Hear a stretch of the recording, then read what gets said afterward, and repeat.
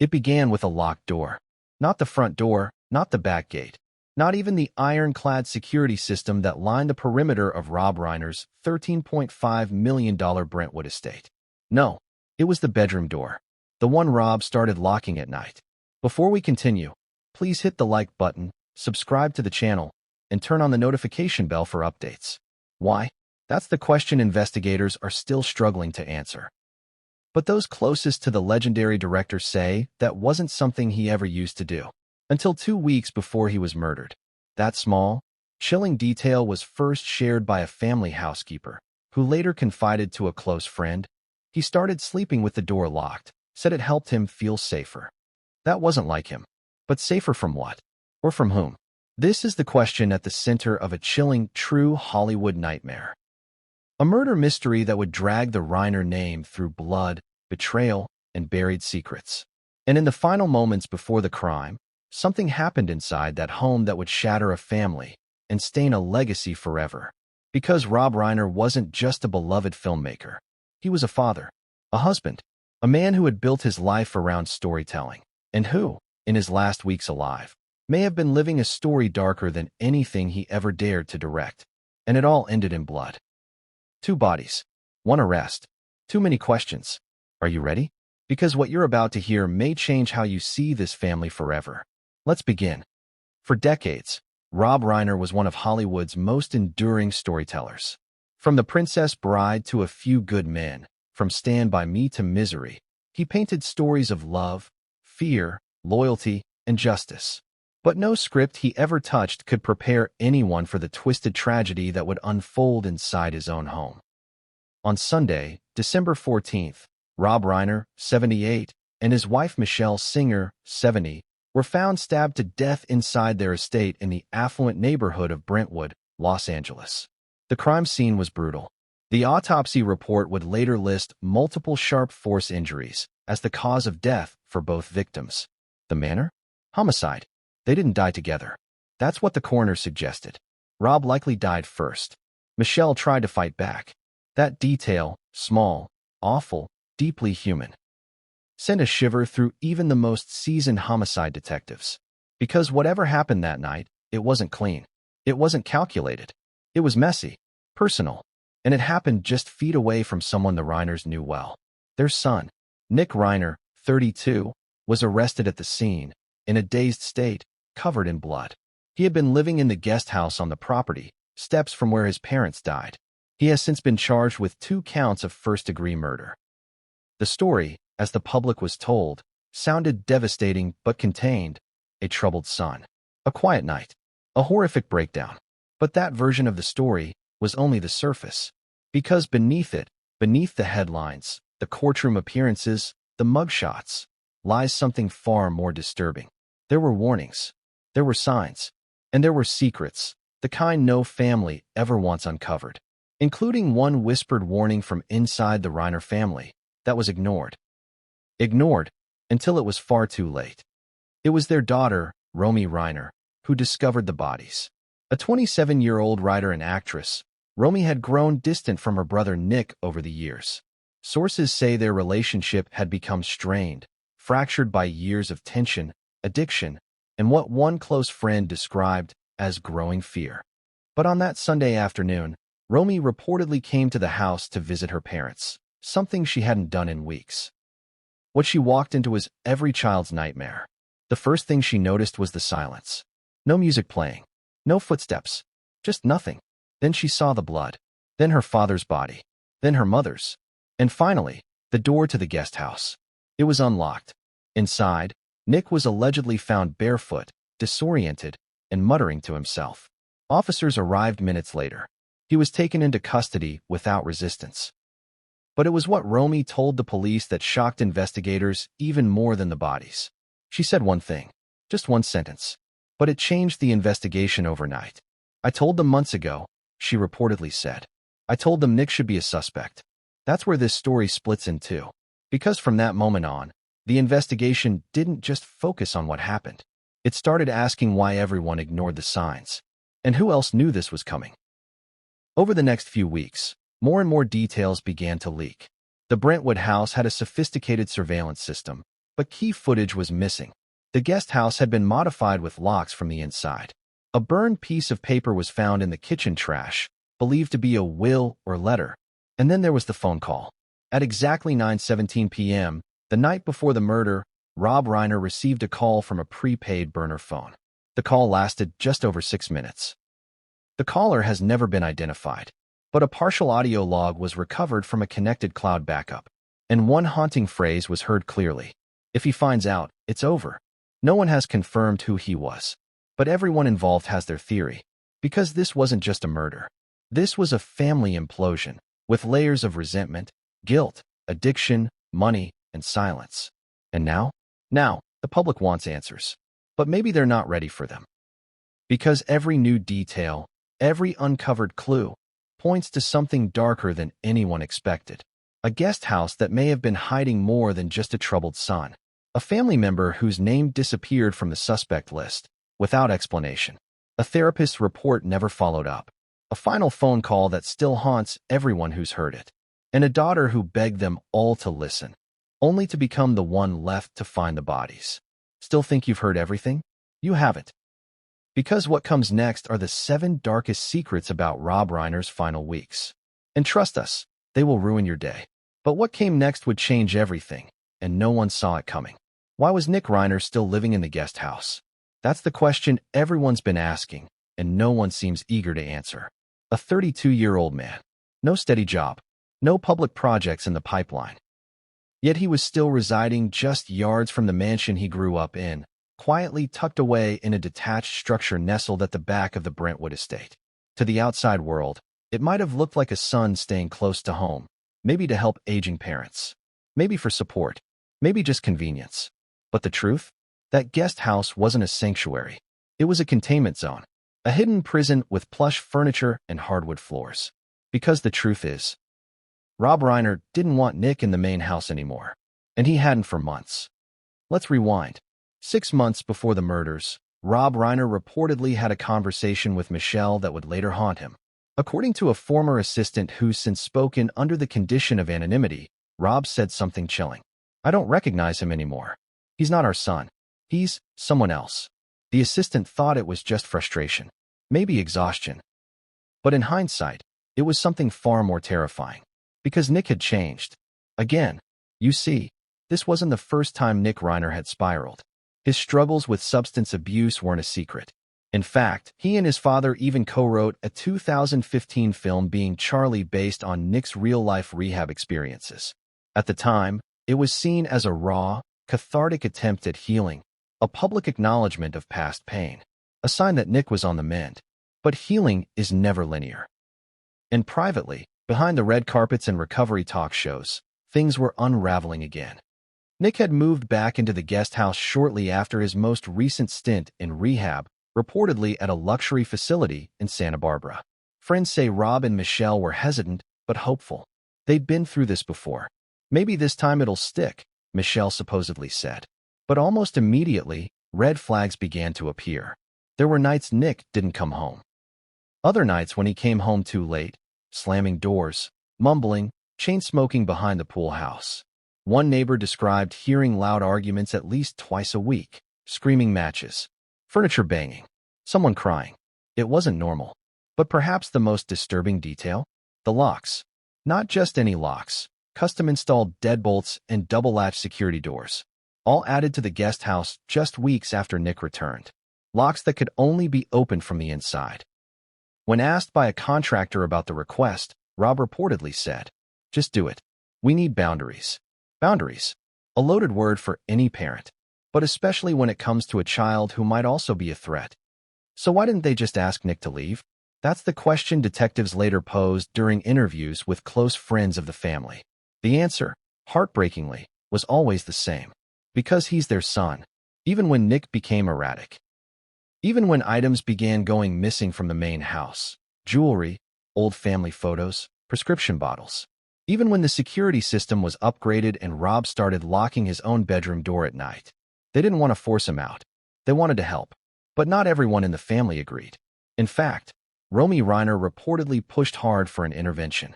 According to someone close to her, a screenwriter friend who visited the estate just 2 months before the killings.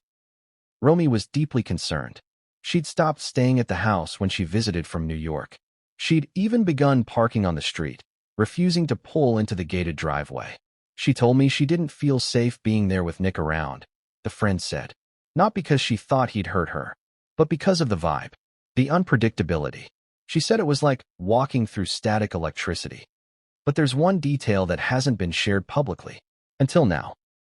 And it's about what was inside the guest house. Because when detectives began investigating the scene after the murders, they found something disturbing in the one place they didn't expect to. A hidden storage bench, hollow inside, beneath a faux leather cushion. Tucked inside were a hunting knife, a half-filled bottle of antipsychotic medication, and a folded notebook. The knife had traces of blood, old blood, not fresh. Its origin hasn't been publicly confirmed. The medication? Prescribed 6 months earlier. Never refilled. But it's the notebook that really raised alarms. Because inside were pages and pages of handwritten monologues. Stories. Scenes. But not just creative fiction. They were disturbingly specific. Some appeared to be diary entries written from a perspective that wasn't Nick's. Others read like scripts, describing gruesome scenarios involving parents who refuse to see the truth, a sister who smiles through her lies, and a character named the director who only pretends to control the story. One page, written in frantic, overlapping loops, read, "I am the real writer. This is my story.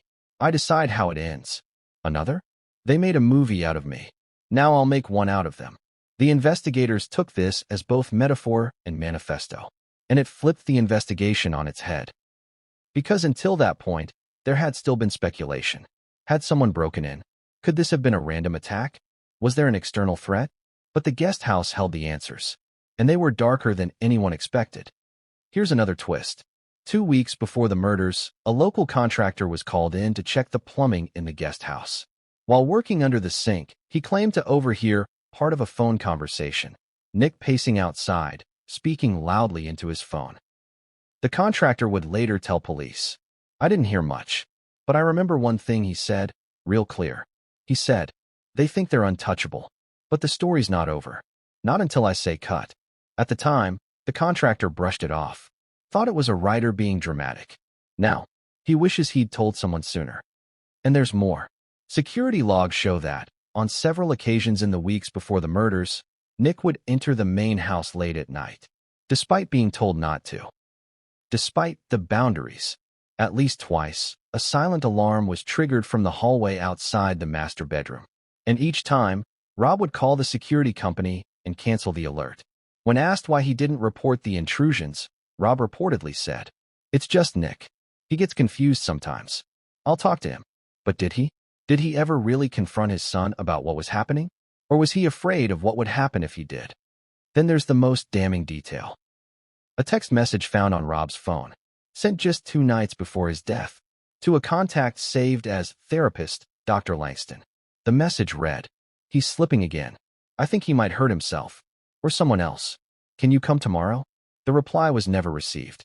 The therapist was out of town. The appointment was never made. And 2 days later, Rob and Michelle were dead. So, we circle back to the guest house. That quiet, shadowed building at the back of the estate. To some, it was just an outbuilding. A place for overflow guests or older kids. But to the Reiners, it had become a pressure cooker. A ticking time bomb filled with resentment, frustration, failed healing, and a son who saw himself not as the problem, but as the narrator. And when the story didn't go the way he wanted, he rewrote the ending. In blood. But that's not the only warning that was ignored. Because someone did speak up. Someone said, out loud, that danger was coming. And no one listened. Not until the screams started. And by then, it was already too late. What would you do if you saw it coming, but no one believed you? Would you scream louder? Would you walk away? Or would you quietly brace for the crash, knowing no one was going to stop it? That's the haunting question that circles every moment of Romy Reiner's final weeks before the murders of her parents. And for those who knew her, one thing is painfully clear. She tried to warn them, but no one listened. Not Rob, not Michelle, not even the people closest to Nick. And what makes it worse? She might have been the only one who truly understood what was building inside that house. Rob Reiner, 27, had always played a quieter role in the public eye. The daughter of Hollywood royalty, she dabbled in writing, dipped into indie film, and stayed far from the spotlight that followed her father's career. But behind the scenes, Romy wasn't just watching a family fall apart. She was trying to hold it together. For months, she'd been sending messages. Not cryptic ones, not vague hints.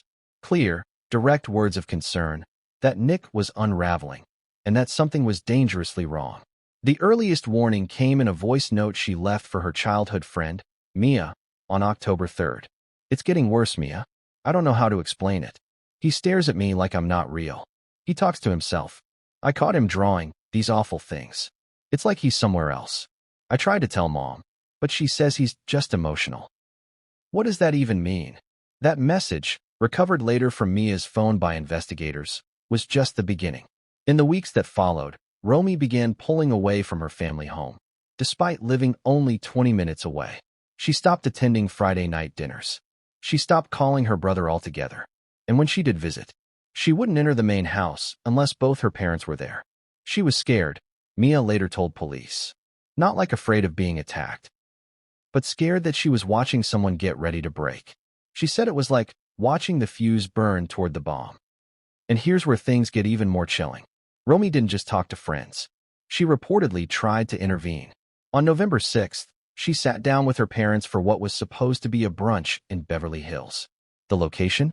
A quiet rooftop restaurant where Rob and Michelle liked to eat when they wanted privacy, according to a waiter who served their table. And recognized Rob Reiner immediately. The conversation started light, but turned tense quickly. She was crying, the waiter said. He was shaking his head. The mom was just staring down at her tea. It looked heavy, like something bad was happening. The bill was paid early. The food was left untouched. And as the three left, Romy was overheard saying, "You're going to regret this. I'm telling you, something bad is coming." That line, now infamous, has become one of the most quoted pieces of evidence in the case. Because it wasn't just dramatic. It was prophetic. 1 week later, Romy sent her father an email. "We've seen it. Here's what it said verbatim. Subject, about Nick. Dad, I know you're tired of hearing this. I know you want to believe he's getting better, but he's not. You keep saying he's creative, he's processing, he just needs space. But what if it's not that? What if he's not processing anything? What if he's planning something? I've seen the way he looks at you. At Mom. At me. There's something off. I don't want to lose you. Please listen. R." The email was never responded to. Whether Rob read it is still unknown. Investigators couldn't verify if it was opened, but it was marked as delivered. And if that wasn't enough, she sent the same message to her mother the next day. Michelle did respond, but her reply was short, detached. "Thanks for worrying, honey. He's just overwhelmed. We've got it under control. I love you." 3 weeks later, she was dead. So what made Romy so sure? What did she see that her parents didn't? To answer that, we have to go back to September and a birthday party that no one talks about anymore.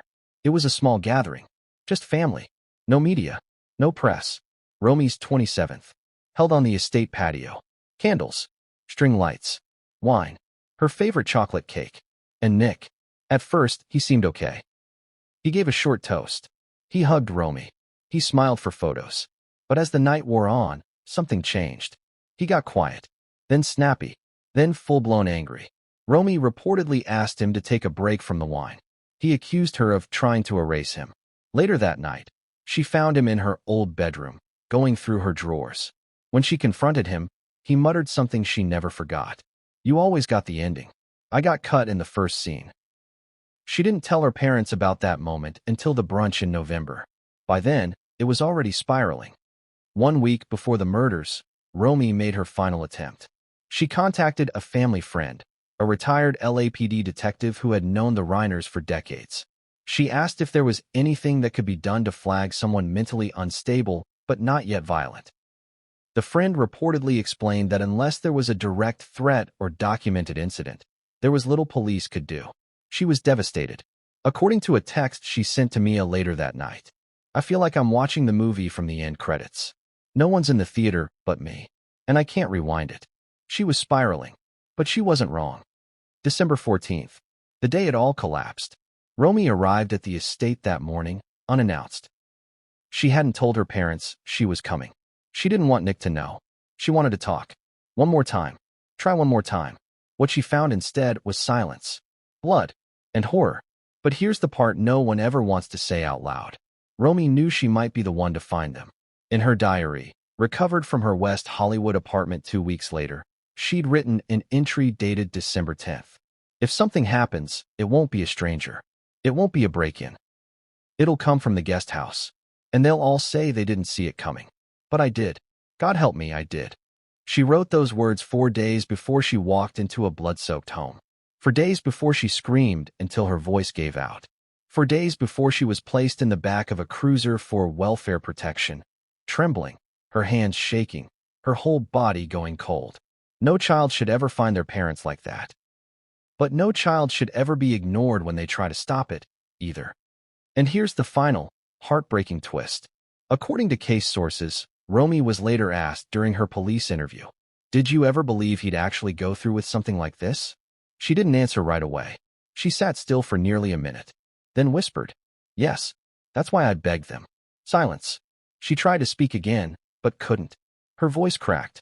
Her body tensed. She buried her face in her hands. And the officers said nothing. Because what could they say? What can anyone say to someone who saw the crash coming and still couldn't stop it? Romy's warnings are now being examined as part of a broader inquiry. Why weren't they taken seriously?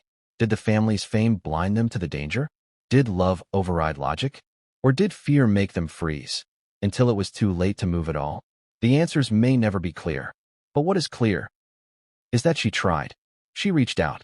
She screamed into the void. And the silence that answered her was deafening. But that silence didn't end with the murders. Because when police opened the crime scene, they didn't just find bodies. They found something that would shake the investigation to its core. And what they uncovered changed everything they thought they knew about that night. At first, it looked like a straightforward, if horrific, double homicide. 2 victims. Multiple stab wounds. A weapon found at the scene. And a suspect, their son, arrested on the property, covered in blood. It was open and shut. Until it wasn't. Because within hours of securing the Brentwood estate, police stumbled upon a series of details, some small, some chilling, and some impossible to explain, that flipped the entire case upside down. And what they found changed everything. Let's start with the bodies. Rob Reiner was found in the hallway just outside the master bedroom. His body positioned partially on his side, one arm raised as if trying to shield his face. Michelle Reiner's body was found several feet away, inside the bedroom. She had what investigators described as defensive wounds on her arms, her hands, even her forearms. Signs of a struggle. But here's where it gets eerie. Between the 2 bodies was a single, handwritten note. Not typed, not printed. Written in blue ink on yellow legal paper, folded once. No envelope, no signature, just 5 words. "You should have believed me."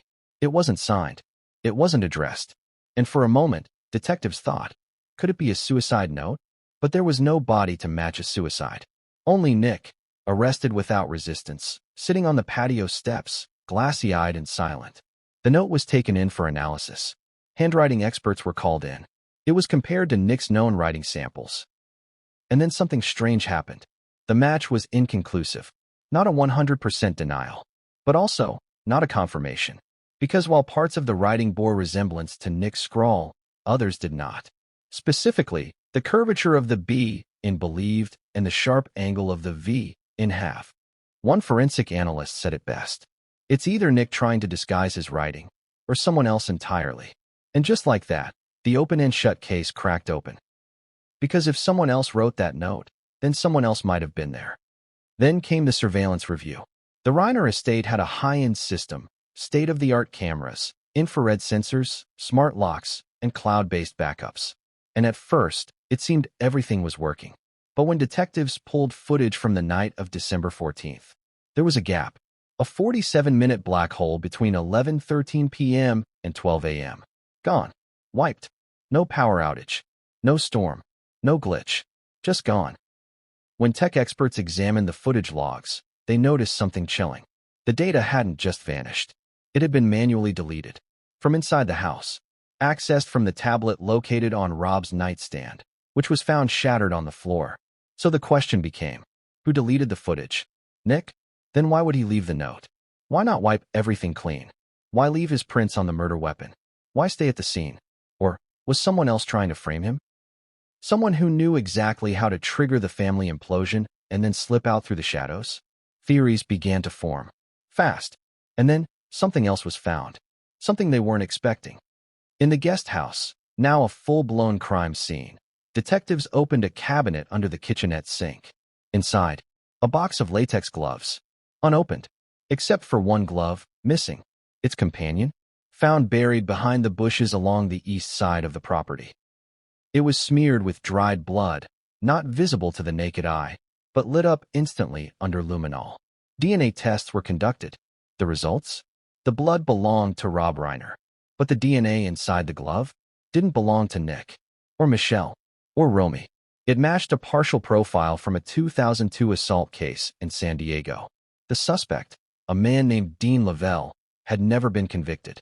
His charges were dropped, but his DNA was entered into CODIS, the Combined DNA Index System. So why was his profile inside a bloody glove found at the Reiner estate? And who the hell was Dean Lavelle? That's when the case cracked again, because investigators searched Dean's last known address and discovered he'd been renting a small apartment in West Hollywood, less than 3 miles from Romy's home. They also uncovered something else, a shared screenwriting workshop, held bi-weekly, with a roster list. And on that list, Dean Lavelle, Nick Reiner, Romy Reiner, all three. Same workshop. Now the question changed. Not was Nick guilty, but rather, who else had a reason to make it look like he was? Meanwhile, back at the estate, another discovery was made. Inside a locked drawer in Rob's study was a manila folder labeled only Inheritance 2023 Update. It contained a draft of Rob and Michelle's updated will, and signed but detailed. And what did it reveal? Nick was to be completely removed. Everything. The estate, the royalties, the residuals, the private accounts, would go to Romy. Nick's name didn't appear once, not even as a contingent beneficiary. And based on the timestamp note at the top, this draft had been finalized 6 days before the murder. It hadn't been signed yet, but the intent was clear. They were done. They had finally drawn the line. And someone, maybe Nick, maybe someone else, had found out. Maybe through a conversation. Maybe through a shared file on the home computer. Or maybe through a betrayal. Because the day after the murders, a call log from Nick's phone revealed an outgoing call made at 12:12 a.m., just minutes after the camera blackout. The number? Blocked, but later traced to a prepaid burner phone purchased at a downtown Los Angeles convenience store. And guess what? Surveillance footage from that store showed the purchase happening 3 days prior to the murders. By a woman, wearing a hoodie. Hair tucked up, face angled away from the camera. She paid in cash. And in her back pocket, a keychain with a visible WGA tag, Writers Guild of America. Someone in the industry, someone in their circle, someone who might have known exactly what was about to happen and how to control the narrative. So now, the LAPD was looking at a new theory. That Nick might have snapped, but not alone. That maybe someone else had been feeding him, fueling him, or worse, using him. The notebook filled with violent scenes. The guest house isolation. The missing footage. The glove with someone else's DNA. The note. It all pointed to something more orchestrated. Less rage-fueled. More scripted. And then came the bombshell. Buried beneath a stack of old screenplays in Nick's desk drawer, police found a single USB flash drive. Labeled, Last Draft, Do Not Delete. It contained a file titled The GUESTHOUSE. A screenplay. Unregistered. Undated. But filled with characters who bore disturbing resemblance to the real Reiner family. A domineering director-father. A spiritual, soft-spoken mother. A younger sister who steals everything without realizing it. And a son, Jude, who lives in the guest house, cast out of the main home after breaking the family code. The climax? Jude murders the parents, then sits quietly on the back porch, waiting to be arrested. Saying nothing, just smiling. In the margin of the final page, handwritten in red ink, were 4 words. End scene. Roll credits.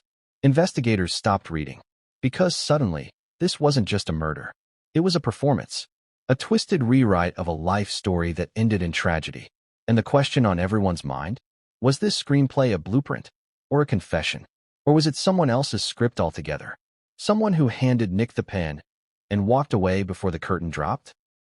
Either way, the case was no longer open and shut. It was messy, murky, sinister, because now there were too many unanswered questions. Why was that footage erased? Why was Nick sitting calmly? Why didn't he run?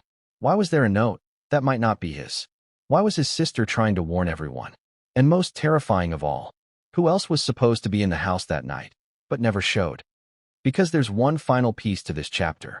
At exactly 10:48 p.m., just before the camera blackout, the front gate security system logged an unsuccessful keycode entry. Someone tried to come in and failed. The system sent a text alert to Rob's phone. No one responded. And the code? It was assigned to a former family friend, a man whose name had been quietly removed from the suspect list just 2 days later. Why? We'll explore that in the next chapter. Because whoever that man was, he didn't just try to enter the estate. He tried twice. And what happened after that would leave detectives with more questions than answers. It started at 9:17 p.m. on December 13th, just hours before the murders. A single phone call, no voicemail, no second attempt, no text follow-up. But whatever was said in those 6 minutes and 32 seconds has haunted detectives, fractured the case timeline, and cast doubt on everything we thought we knew. Because that call was Rob Reiner's last, and whoever was on the other end still hasn't been identified. Let's rewind. Rob wasn't known for late-night calls. According to his phone records, his typical communication window ended around 8 p.m. Most nights, he'd be offline, winding down with Michelle, wine, old movies, sometimes just quiet reflection in the den. But on December 13th, something changed. At 9:17 p.m., Rob received an incoming call from a non-saved number, one never before seen in his call logs. The phone, an iPhone 14 Pro, registered the number, but displayed it only as unknown caller. It wasn't a spam call, not a robocall. It was live. It connected. And 6 minutes later, when it ended, Rob was seen, for the last time on internal camera, pacing near the fireplace, his left hand to his forehead, muttering the words. Why now? That phrase was picked up by the home's smart speaker, which had voice-activated listening enabled. And it's the only known piece of dialogue attributed to Rob after the phone call. Why now? The call triggered something, according to Michelle's iMessages, which detectives accessed with her device passcode. She texted Romy at 9:38 p.m. Hey, everything okay on your end? Dad just got a weird call. Kind of rattled. I'll let you know if anything comes of it. Romy never responded. She had already gone to bed, her phone on Do Not Disturb. That text is now the last written message Michelle ever sent. Investigators immediately tried to trace the incoming call. It had bounced through 3 towers. An old burner technique used to create confusion in GPS tracking. Worse, the number had been purchased using a prepaid SIM card activated the day before. No ID required. Paid in cash. The device itself was a low-end track phone. Security footage from the cell phone kiosk in Glendale, where the SIM was sold, showed only a partial image of the buyer. A person in a black hoodie, sunglasses, and gloves. They kept their head down, paid an exact change, and then vanished. So what do we know about the call? Not much, but more than you'd expect. Because Rob, ever the private but cautious man, had installed an encrypted backup app that saved fragments of voice-to-text transcriptions for incoming calls. Normally, these are used to generate call summaries. But on this night, they captured just 9 transcribed words before the caller disabled the connection. If he finds out, it's over. That's where the log ends. The rest? Silence. No metadata. No continuation. But those words were enough. Enough to send shivers down Romy's spine. Enough to make LAPD pause the formal charges for 48 hours. And enough to suggest that Rob wasn't the only target. Let's break that line down. If he finds out, it's over. Who's he? Nick? Was someone afraid he'd discover something? Or was he Rob? Had Rob uncovered something he wasn't supposed to? Something worth killing for? This is where the story twists into even darker territory. Because this one sentence sparked a total reevaluation of the crime. Suddenly, the narrative wasn't so linear. It wasn't just Nick killed his parents. Now the question became, what had Rob found out just before he died? Turns out, Rob had been doing some private digging in the final days of his life. According to a retired attorney who had worked with Reiner on estate documents, Rob had recently requested access to old medical files, psychiatric evaluations, and a family-held legal trust. Specifically, he had asked about Nick's mental health records from his teenage years, a 2008 sealed family arbitration involving incident management, an unnamed trustee who had access to the Brentwood estate accounts. Rob had also pulled a background check on someone. The name redacted in reports? Dean Lavelle. Yes. The same man whose DNA was later found in the bloodied glove. So what was Rob doing? Was he tying loose ends? Was he trying to protect Romy? Or was he getting ready to confront someone? If he was, he never got the chance. But here's the darkest piece.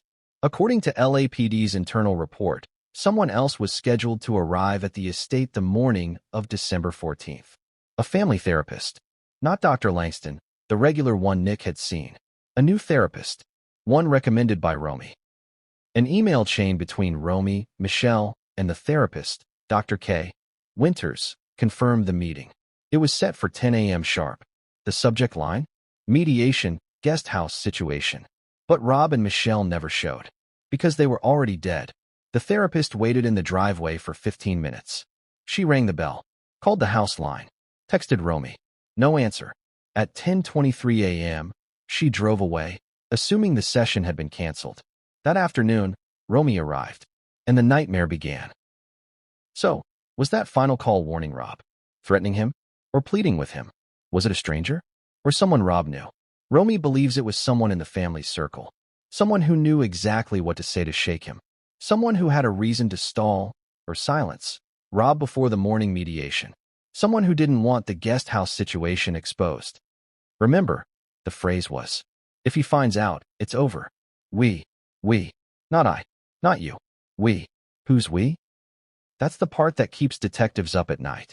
Because it suggests there was more than one person behind the plan. Or, at the very least, that someone else knew, and let it happen. And then there's the follow-up. Because that call wasn't the only mystery communication that night. At 10:51 p.m., 94 minutes later, Michelle Reiner received a call on her cell. Same burner number. Only this time, she didn't answer. The phone rang 4 times, then stopped. It was the last incoming call on her phone before it went dark at 12:04 a.m. So what does that mean? Was the caller panicking? Checking if Rob had told her? Or worse, confirming whether the murders had already taken place? Investigators believe that second call may have been a mistake. A slip-up. A moment of panic from a person watching things spiral out of control. Because that call pinged a new tower, closer to the Brentwood estate. Whoever made it. They were nearby. Not in Glendale. Not in West Hollywood. Brentwood. Within walking distance. Perhaps even watching the house. Perhaps waiting for the lights to go out. Perhaps ready to step in, if Nick didn't follow through. But here's the most chilling theory. What if the final call, the first one to Rob, wasn't a threat? What if it was a warning? What if someone inside the family, or close to it, knew something was about to happen, and tried to stop it? The words, if he finds out, it's over, could also mean, if Rob finds out what's being planned, he'll stop it. And the unfinished, we, could have been, we have to stop him. Or, we didn't want this. Or even, we weren't supposed to go this far. We'll never know, because that caller has vanished. They never activated that burner again. They never used the SIM. They never called Romy. They never came forward. Not when the story broke. Not when the charges were filed. Not even when Nick Reiner was arraigned in court. Looking blank, broken, and bruised.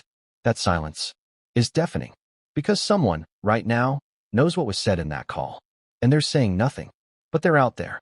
And if that person was involved, if they helped set the stage, then the Brentwood murders were not a solo act. They were a collaboration. A co-written script. And in that case, there's one name that's about to come back into focus.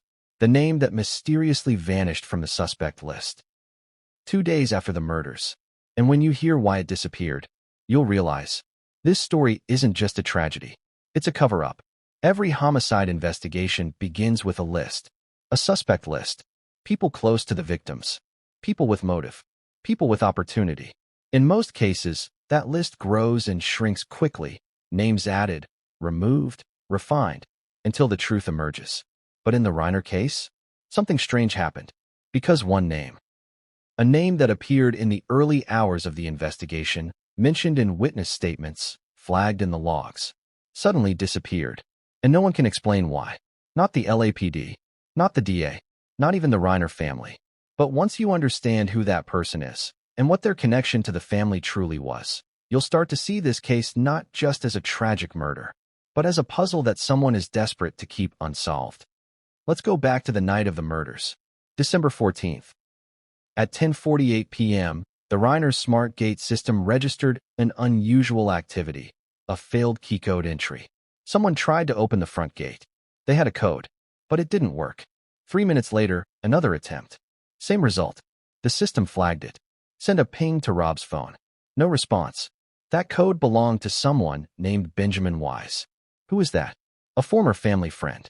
A film financier. A man who, years earlier, had reportedly partnered with Rob Reiner on a shelf project. A true crime drama that never got made. The project fell apart. Their friendship fizzled. According to two former assistants, Rob and Michelle distanced themselves from Benjamin for what was vaguely described as inappropriate conduct and manipulative behavior. He hadn't been inside the Brentwood house in over 2 years. So why did he try to enter the night they were killed? And why was he removed from the suspect list 48 hours later, without explanation? The first sign that something was off came from internal chatter. According to an anonymous officer working the case, Benjamin Wise was listed in the initial persons of interest file distributed to detectives on day one. His name appeared just below Nick Reiner's, with a note.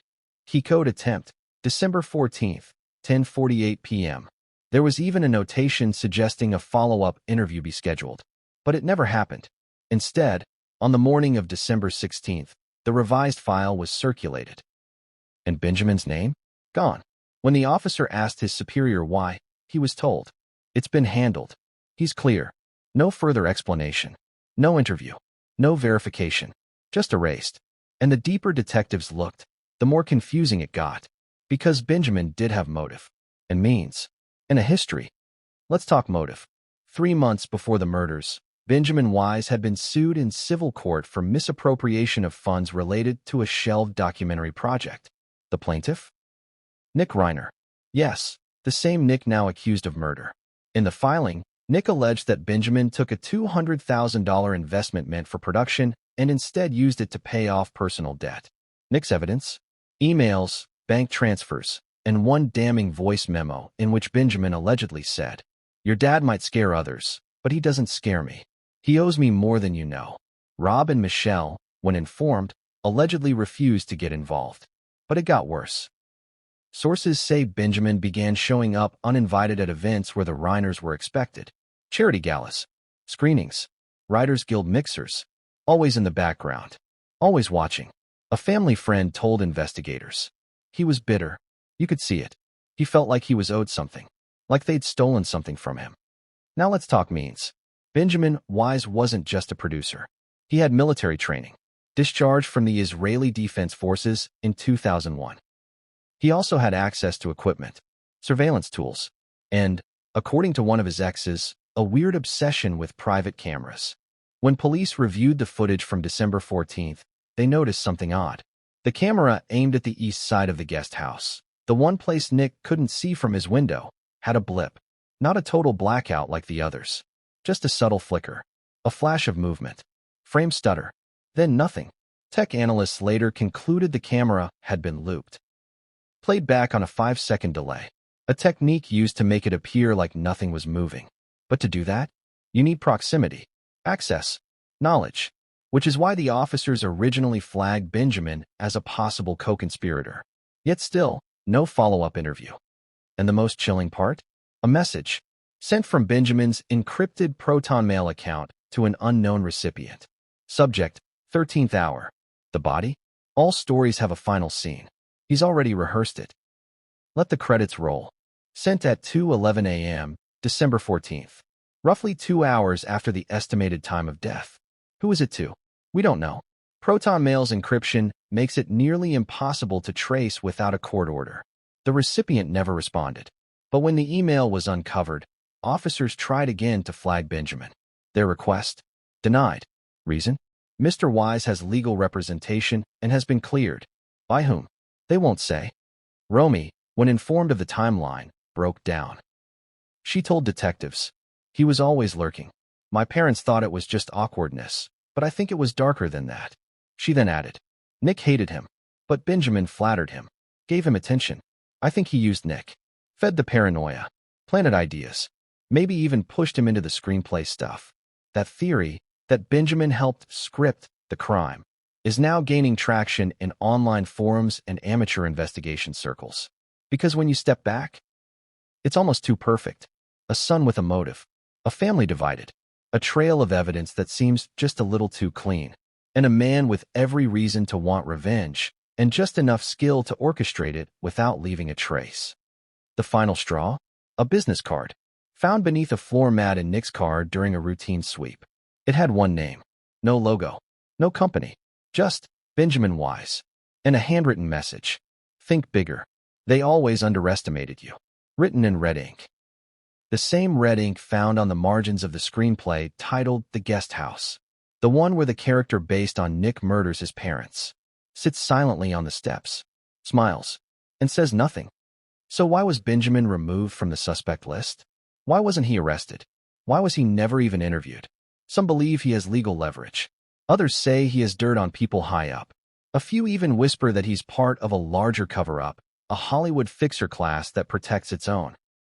But the result? A potential co-conspirator is free, walking, watching, waiting. And Nick?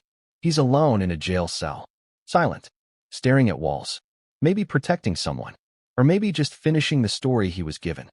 And you know what the scariest part is? Benjamin hasn't been seen publicly since December 17th. No photos, no sightings. His phone is off, his office closed. He vanished, just as the case began to unravel. And when LAPD was asked for an official statement on why he was cleared, they declined to comment, which leaves us with only speculation. But speculation, in this case, may be the only honest thing left. Because someone helped make this happen. Someone manipulated the cracks in this family. Someone erased their name and let the trail go cold. And the only person who might still know the full truth? Romy. Because just days later, she gave a speech that stopped everyone cold. A speech that turned the vigil for her parents into something far more haunting. And what she said, without saying it, left the crowd stunned. It sounds like something out of a bad Hollywood pitch. A disgraced son, a broken family, a luxurious mansion hiding ugly truths. Throw in a murder, and you've got a Netflix thriller waiting to happen. But what if I told you it already almost did? What if the Reiner tragedy, the double homicide, the buried resentment, the guest house secrets, was nearly turned into a reality series? And what if, just weeks before the killings, Nick Reiner was shopping around a disturbing pitch? That mirrored real life a little too closely, because this chapter of the story is about the project no one was supposed to know about. A project that may have predicted, or even inspired, the murders that followed. Let's talk about the Reiner tapes. It began innocently enough. Nick Reiner, after years of personal and creative struggles, was said to be in a productive phase last summer. He had reportedly reconnected with an old friend from film school, a producer who had since transitioned into reality TV development. The friend, who we'll call Liam, worked at a mid-tier streaming service known for edgy docu-style shows. Think true crime meets confessional therapy. Liam says Nick reached out in August with a proposal. Here's the pitch, in Nick's own words. It's not a show. It's a reckoning. It's about how legacy warps people, how family turns into performance. It's a documentary, a therapy session, a confession booth. And it starts in the guest house. Yes, the guest house. According to Liam, Nick's idea was raw but compelling. He wanted to shoot interviews with each family member, Rob, Michelle, Romy, and himself, with minimal crew, all inside the Brentwood estate. The concept? Unfiltered access. Each person would talk to camera, alone in a room, like a deposition. The goal? To air out the unspoken. As Nick described it, we'll finally say the things no one ever said. We'll treat the cameras like a courtroom. No yelling, just truth. But the working title? The Reiner Tapes, A Family's Final Cut. Dark, ironic, a little on the nose. Too on the nose. Rob and Michelle were never supposed to find out. That was the plan, at least. Nick wanted to record his segment first, then Romy's. He said once he had enough footage, he'd pitch it properly and use their responses as leverage. His exact words? Once they see we're already doing it, they'll have to play ball. Otherwise, they look like they're hiding something. Liam was hesitant. He tried to walk Nick back, told him this wasn't ethical, that he was playing with fire. Nick reportedly responded, "So let it burn." Romy never agreed. In fact, when Liam reached out to her via DM to ask if she'd be open to a sit-down interview for a potential docuseries, she reportedly replied, "No. And if Nick's behind this, you need to shut it down. This family is not a story. Not for you. Not for anyone." She blocked Liam minutes later. 2 days later, she called her parents. According to a family friend who overheard part of the conversation, Romy told her mother, "He's filming things again. He's getting that look in his eye. Like he's outside the scene, watching it all happen. Like it's a movie he's directing." That sentence would haunt her. Because just weeks later, it became a movie. A horror film, in real life. And the director was arrested at the scene. But what's even more disturbing? Nick did begin recording. Without permission. Liam later told police that Nick had started rolling tape on his iPhone. He claimed to have filmed himself in the guest house, delivering monologues to camera. Dramatic, tortured, full of veiled references to real-life conflicts. Some of the transcripts, provided to detectives, include lines like, "They told me I was the problem, but they built the problem. Fed it. I just decided to show them the ending." And, "Romy gets the applause. I get the silence." But silence is powerful. It echoes. It fills a house. He also recorded at least one scene of himself walking through the estate at night, whispering into the lens, referencing rooms by name. This is where he writes his legacy. This is where she cries into wine. This is where I became invisible. No one knew these videos existed until Liam came forward. He was horrified and scared because after the murders, he realized Nick had been rehearsing. The LAPD found one of the recordings during their digital forensics sweep. The file was titled Final Cut, Master.mov. Its timestamp, December 13th, one day before the murders. It showed Nick seated in a chair, staring into camera, a single lamp behind him, shadows cast across his face. He speaks slowly, clearly, no emotion. Here's part of the transcript. Every story needs a climax. The moment the truth shatters the illusion. I think that moment is close. And when it comes, I want to be holding the camera. He smiles, then reaches out. The frame goes black. Detectives stopped watching after that. They didn't need more. And yet, the project nearly went forward. Despite the clear red flags, Liam, perhaps thinking it was still fiction, sent the footage to a development exec. That exec allegedly pitched it in a blind meeting with a streaming service just 2 weeks before the killings. The pitch line? It's Succession meets the Jinx. With real family, real blood. The buyer passed. Said it felt too raw. Thank God. But still, the tapes exist. And now they're in evidence lockup. Labeled as Reiner, Nick, unreleased project, possible intent document. Because they're not just recordings. They're foreshadowing. They're an artist or a manipulator, creating a narrative he may have been planning to live out. But here's where it gets even creepier. After the murders, Liam received a package. No return address. Inside, a single mini DV tape. Old format. Obsolete. No label. He had to dig out an adapter just to watch it. What he saw shook him. Because it wasn't new footage. It was from years earlier, a home video. Nick, Romy, their parents, sitting around a holiday table. Everyone smiling, laughing. Except Nick. He's behind the camera. Silent. Zooming in on each face. Holding the lens a little too long. And at the end, he whispers, "One day, you'll see the real version." Cut to black. Liam turned over the tape to police. He hasn't spoken to Nick since. But when asked whether he thought Nick planned this, the murders, the arrest, the coverage, Liam said something that still chills reporters. He always wanted to direct something unforgettable. I think he finally did. But there's one more twist. Someone else may have helped him. Helped write the pitch. Shaped the story. Maybe even encouraged the darkest version of it. And that someone was seen attending a vigil in Brentwood just days after the murders. Standing in the back. Sunglasses at night. Watching Romy speak. Not clapping, not crying, just watching. And when Romy looked out at the crowd, she paused. Her gaze locked for just a second. Then she said the most cryptic line of the night. Some people came here to mourn. Others came to make sure their secrets stayed buried. Then she stepped back, dropped the mic, and walked away. Who was she talking about? What secret? And more importantly, what secret was Michelle trying to send Romy, but never got the chance to? Because in the days after her death, Romy found a sealed letter, hidden in a drawer, unsent, unmailed, but very real. And what it contained might finally explain why Rob and Michelle were about to cut Nick out forever, and why someone, or multiple someones, made sure that never happened. If you want to understand the fire, you have to study the sparks. Because Nick Reiner didn't wake up one morning and decide to destroy his family. This didn't start in Brentwood.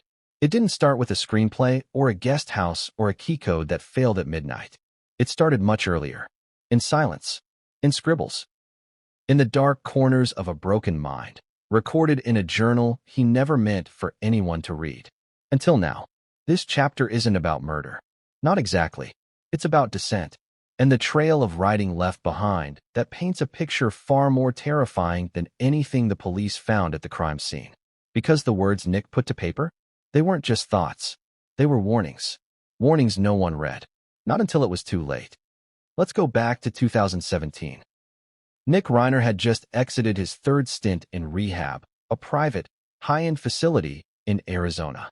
He had money, time, and parents who desperately wanted him to heal. He also had a notebook, a simple leather-bound journal gifted to him by a counselor named Daryl, who believed writing could be a form of therapy. Nick took it, and for a while, it worked. The first entries are lucid, honest, painful. He talks about detox, withdrawal, guilt.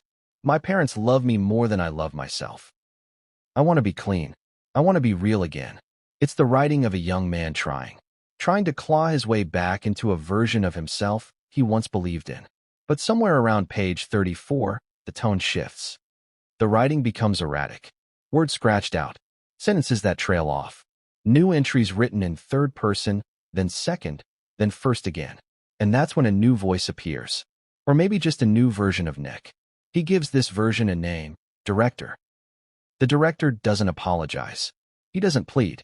He narrates. From page 52. Director watched Nick sob today. Weak. Useless. Director knows better.